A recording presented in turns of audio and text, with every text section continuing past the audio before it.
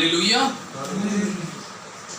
परमेश्वर के लोगों, अब ये समय आया है कि हम और आप परमेश्वर के जीवित वचन में से देखें। और आज सबोदेशक की पुस्तक निकालेंगे, उसका 11 अध्याय निकालेंगे। सबोदेशक की पुस्तक, उसका 11 अध्याय और 11 अध्याय का 6 पद को पढ़ेंगे। यहाँ पे सुलेमान के द्वारा एक बहुत अच्छी बात लिखी है। लिखा है, भोर को अपना बीज बो और सांझ को भी अपना हाथ ना रो, क्योंकि तू नहीं जानता कि कौन सफल होगा, यह या वह या दोनों के दोनों अच्छे निकलेंगे। परमेश्वर अपने पवित्र वचन के पढ़े और सुने जाने पर अपनी आशीष और बरकत दे। आमीन। इस चैप्टर के अंदर में सुलेमान जो सबोदेशक का लिखने वाला हुआ, उसने 11 अध्याय के 5वें पद के अंदर में ये बहुत उम्दा बात कही। क्या कही उसने? भोर को अपना क्या बो? बीज बो। परमेश्वर के लोगों, आज हम बीज के बारे में बात करते हैं, क्योंकि बीज भी विभिन्न प्रकार के होते हैं, अलग अलग प्रकार के बीज होते हैं। लेकिन सुलेमान स्पेशली इस चैप्टर में 2 बातें उसने कही कि भोर को भी अपना बीज बो और सांझ को भी अपना हाथ ना रो। आज इस विषय पे देखते हैं, भोर को बीज का बोना। सबसे पहले आज हम भोर का बीज क्या देखते हैं। भोर के बीज के बारे में सबसे पहली चीज है, दाऊद भजन संहिता में कहता है कि भोर को मेरी वाणी परमेश्वर तुझे क्या देगी? सुनाई देगी। हालेलुया। भोर को मेरी वाणी तुझे क्या देगी? सुनाई देगी। ये भोर का बीज है, यानी कि प्रार्थनाएं। जब मैं और आप सवेरे सवेरे उठते हैं प्रभु के लोगों, मैं आपको बताऊं कि मुझे और आपको खुदावंद यीशु मसीह में आनंदित होने की जरूरत है कि हम सोए और सवेरे की रोशनी देखी। तभी तो दाऊद ने, जैसे यहां पे सुलेमान कहता है, भोर को अपना बीज बो। मालूम है, जो हम प्रार्थनाएं करते हैं, जो हम प्रार्थनाएं करते हैं, ये भी, इसको भी बीज बोला जाता है। ये भी बीज है कि हम अपनी प्रार्थनाओं का क्या बो रहे हैं? बीज बो रहे हैं। अब देखने की जरूरत है कि हम ये प्रार्थना का बीज कितना बो रहे हैं। प्रार्थना का बीज कितना बो रहे हैं, यानी कि कितना समय हम अपने परमेश्वर के साथ प्रार्थना के अंदर में लॉलिन है। क्या आपको मालूम है, निर्गमन की पुस्तक में लिखा है कि मूसा प्रार्थना का बीज कितने समय तक बोता रहा? कितने दिन तक? 40 दिन तक। कितने दिन तक? 40 दिन तक मूसा प्रार्थना का बीज बोता रहा, बोता रहा, बोता रहा। और बाइबल में लिखा है, उस प्रार्थनाओं का बीज के उपरांत परमेश्वर उससे क्या करने लगा था? बाद में बातचीत करनी। हालेलुया। परमेश्वर उससे क्या करने लगा? बातचीत करने लगा, क्योंकि वो जो प्रार्थना का बीज बो रहा था, वो भूल चुका था। वो ये भूल चुका था, मेरे नीचे, पहाड़ के नीचे इजरायली लोग कितने हैं। वो ये भूल चुका था कि मैं कहां पर हूं। वो अपने भूख और प्यास को भी भूल चुका था। इतना परमेश्वर में, प्रार्थना में लॉलिन हो चुका था। जब हम प्रार्थना का बीज बोते हैं, तो वो प्रार्थना का बीज, प्रभु के लोगों, ये सबसे उम्दा बात है कि हम उस प्रार्थना के बीज के बाद में, बहुत सी प्रार्थनाएं कैसी होती हैं।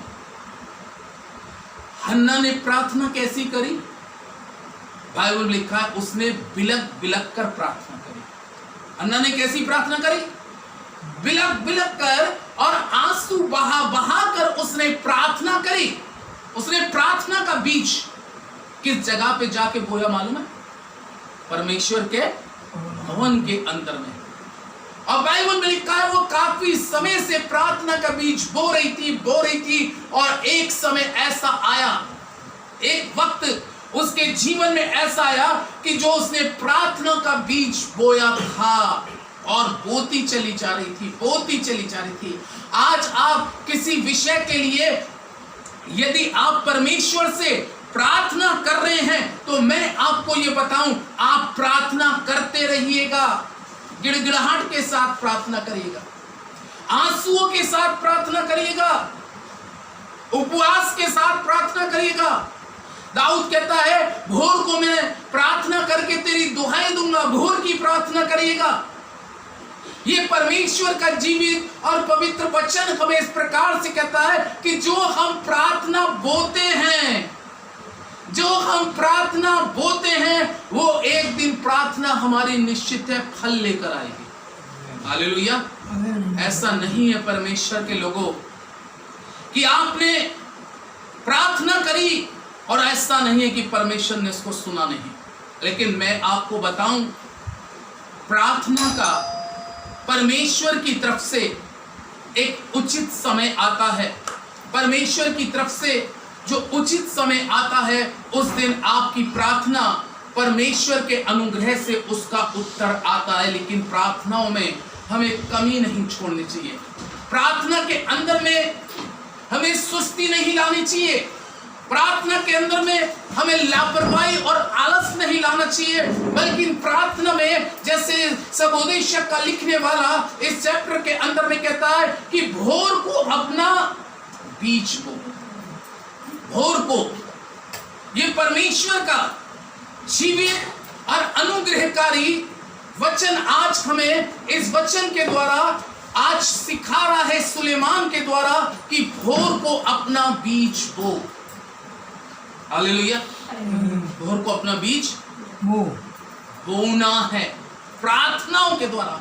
मालूम है कि हन्ना जब जब प्रभु की उपस्थिति में जाती है उसकी प्रार्थना में गिड़गिड़ाहट थी, उसकी प्रार्थनाओं में आंसू थे, उसकी प्रार्थनाओं को परमेश्वर का वचन कहता है कि जो वो आंसू बहाते हुए प्रार्थना कर रही थी उसकी प्रार्थना को एली याजक समझ नहीं पाया। मालूम है वचन में लिखा है कि एली याजक क्या कहने लगा मालूम है उससे, तू कब तक नशे में रहेगी, अपना क्या होता नशा होता है। उसको ये लगा कि ये मादिरा के नशे में है, इसने सुबह सुबह कुछ पी लिया है। लेकिन बाइबल इस प्रकार से कहती है वो भोर के समय अपने परमेश्वर से सवेरे सवेरे आंसू बहा कर अपने दिल की बात कह रही थी। जैसे दाऊद कहता है मैं अपने मन की बातें खोल खोल कर परमेश्वर से प्रार्थना के द्वारा सवेरे के समय करता हूँ और भोर को मेरी वाणी परमेश्वर निश्चित है तुझे सुनाई देगी। मालूम है एक समय क्या हुआ हन्ना के जीवन में, जो वो बो रही थी गड़गड़ाहट के साथ, आंसुओं के साथ, उसकी प्रार्थना को सामने वाला नहीं समझ पा रहा था, एली याजक नहीं समझ पा रहा था। मेरा कहने का मतलब है आपकी प्रार्थना को, आपकी इबादत को, आपकी भक्ति को कोई समझे या ना समझे, लेकिन जिसकी उपस्थिति में आप हैं वो उसको समझना बहुत जरूरी। अगर वो आपकी प्रार्थना को समझ लेगा, निश्चित जाने आपके जीवन का चाहे बड़ा कष्ट हो, चाहे बड़ा दुख हो, चाहे बड़ी पीड़ा हो। बाइबल में लिखा है कि हन्ना का जीवन परमेश्वर के वचन के अनुसार, परमेश्वर का वचन कहता है कि वो बांझ थी और परमेश्वर का कलाम कहता है कि उसके कोई संतान नहीं थी। बाइबल में लिखा है वो बहुत शोकित थी, बहुत दुखित थी, बहुत पीड़ित थी। इस बात को लेकर शोकित थी, इस बात को लेकर पीड़ित थी कि वो अपमान की जाती थी, वो छेड़ी जाती थी। उसका लोग चेहरे को देखकर उससे उस अपने घर के दरवाजों को बंद कर लेते थे। उसको उस वक्त लोग मनहूस कहते थे। लेकिन उस कंडीशन में जब सब तरीके से परेशान थी, दुखी थी, निराश थी, अपने परमेश्वर के आगे रो रही थी, अपने परमेश्वर के आगे रो रही थी, अपने परमेश्वर से प्रार्थना कर रही थी। क्या आपको मालूम है एक समय आया कि उसका वचन में लिखा है जिससे वो प्रार्थना कर रही थी, वचन में लिखा है वो प्रार्थना कहां पहुंच गई? परमेश्वर के पास। हालेलुया। कहां पहुंच गई प्रार्थना? परमेश्वर के पास में पहुंच गई। और परमेश्वर की तरफ से कलाम इस प्रकार से कहता है कि इसको उत्तर मिला। क्या उत्तर मिला? कलाम में लिखा, याजक ने, एली याजक ने कहा, जा परमेश्वर तुझे मनचाहा क्या दे? वर दे। जो तूने मांगा, तूने जो आंसू बहाते हुए मांगा है, परमेश्वर ने तेरी प्रार्थना को क्या कर लिया? सुन लिया। ओ सवेरे को अपना बीज बो, सवेरे को अपना बीज बो। आज प्रभु के लोगों, आज हम क्या देखते हैं? आज संसार के अंदर में, आज बहुत से लोगों के जीवन के अंदर में मालूम है क्या आ गया? सुस्ती आ गई। जो पहले खुदा के प्रति प्यार था सवेरे सवेरे का, जो खुदा के प्रति सवेरे सवेरे की मोहब्बत थी, जो परमेश्वर के लिए अपने बिस्तर को छोड़ते थे और घुटने टेकते थे, आज क्या है प्रभु के लोगों? वो प्यार परमेश्वर के प्रति इंसान का कम होता जा रहा है। लेकिन ये वचन हमारे जीवन के अंदर में हर बार कुछ ना कुछ सिखाता है, हर बार कुछ ना कुछ समझाता है। और आज का वचन समझा रहा है, सवेरे को अपना बीज, हालेलुया, सवेरे को अपना बीज बो। मालूम है, जो हन्ना ने आंसू बहाए थे, जो हन्ना के आंसू निकले थे, 126 भजन संहिता को अगर आप मेरे साथ निकालें, भजन संहिता की पुस्तक, उसका 126 अध्याय, और 126 अध्याय के अंदर में परमेश्वर का वचन 5वें पद में लिखा है, जो आंसू बहाते हुए बोते हैं वे जय जयकार करते हुए लगने पाए। हालेलुया। जो आंसू बहाते हुए क्या करते हैं? बोते। आज हो सकता है कि आप अपनी प्रार्थनाओं में काफी समय से, काफी वक्त से हो सकता है आंसू बहा रहे हो, और आप सोचते हो मेरे आंसू कोई नहीं देख रहा, मेरे आंसुओं को, जो मैं आंसू बहाते हुए प्रार्थना कर रहा हूं, मैं आंसू बहाते हुए स्तुति आराधना कर रहा हूं, जो मैं आंसू बहाते हुए परमेश्वर की संगति में रहता हूं, लेकिन आज शायद मुझको कोई नहीं देख रहा। मेरे अजीजों, कोई देखे या ना देखे, कोई आपकी तारीफ करे या ना करे, इसकी कभी परवाह ना करना, क्योंकि आप अपने परमेश्वर के आगे रो रहे हैं। आप परमेश्वर से अपने मन की बात को कह रहे हैं। और यहाँ पे कलाम में लिखा है, दाऊद इस पद के अंदर में 5वें में कहता है, जो आंसू बहाते हुए बोते। आपको आंसुओं की प्रार्थनाओं में आना, गिड़गिड़ाहट की प्रार्थनाओं में आना, उपवास की प्रार्थनाओं में आना है, भोर की प्रार्थनाओं में आना है, और सांझ की प्रार्थनाओं में आना है। ये घुटने परमेश्वर के आगे आपको टेकने की जरूरत है, टेकने की जरूरत है, क्योंकि वो परमेश्वर यहोवा जिसकी उपस्थिति में यदि आप अपने जीवन को पूरी तरीके से समर्पण करके, पूरी तरीके से अपने आप को उसके हैंड ओवर करते हुए उसकी मर्जी के मुताबिक चलाएंगे, जो आंसू बहाते हुए बोते हैं वो खुशी के साथ क्या करने पाएंगे? काटने पाएंगे। हालेलुया। खुशी के साथ काटने पाएंगे। हन्ना ने कितने आंसू बहाए, लेकिन क्या मालूम है आपको, एक दिन हन्ना के जीवन के अंदर में एक खुशी का अवसर आ गया, एक खुशी का दिन आ गया। और वो खुशी का दिन हन्ना के जीवन में कब आया? कि परमेश्वर का कलाम इस प्रकार से कहता है कि जब हन्ना ने शमूएल को क्या दे दिया? जन्म दे दिया। एक दिन हमारे जीवन के जो आज आंसू बह रहे हैं, वो प्रभु के लोगों, मैं आपको इस वचन के द्वारा आपको उत्साहित करूंगा, और इस वचन के द्वारा आपको कहूंगा कि हमें प्रति भोर को परमेश्वर के साथ, मालूम है प्रति भोर का ज्यादातर जिक्र क्यों आता है? क्योंकि ये वो पल होता है परमेश्वर के लोगों जिसमें कलाम में लिखा है, याकूब ने भी कब तक युद्ध किया? उत्पत्ति की पुस्तक में भोर तक।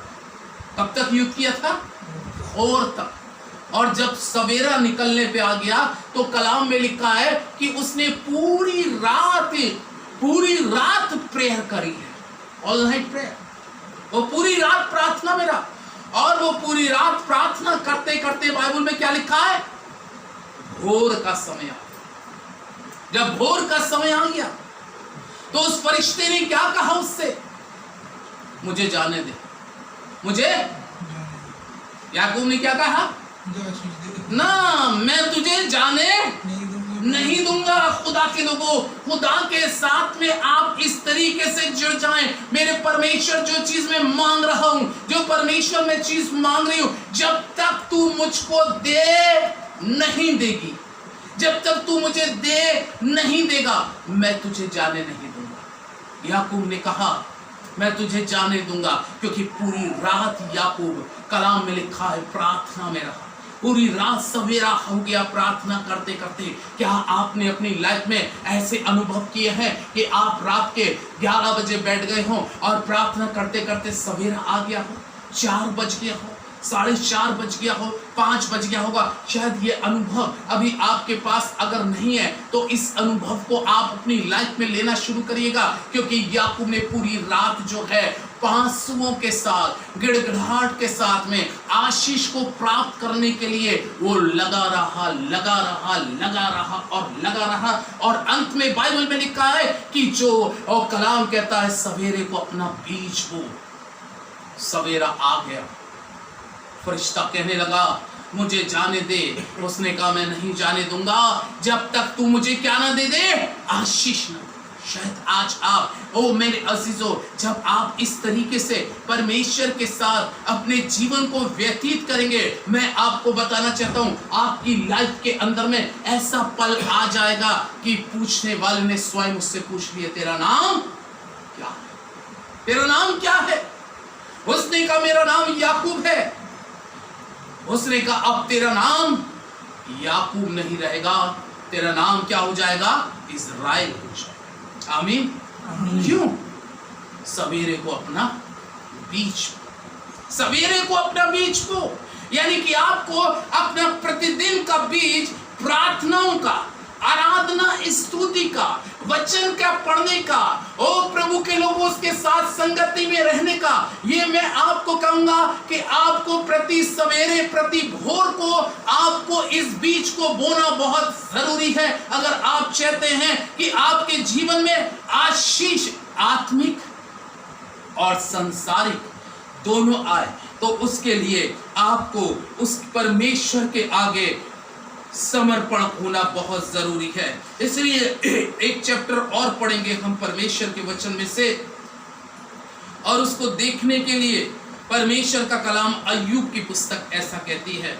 अय्यूब 16 अध्याय के अंदर में यहाँ पर अय्यूब इस बात को कहता है, ओ परमेश्वर के लोगों, अय्यूब 16 के 20वें पद में परमेश्वर का वचन इस प्रकार से कहता है, मेरे मित्र तो मुझसे घृणा करते हैं, परंतु मैं परमेश्वर के सामने आंसू बहा। मेरे मित्र मुझसे क्या करते हैं, घृणा करते हैं। क्यों घृणा कर रहे हैं प्रभु के लोगों?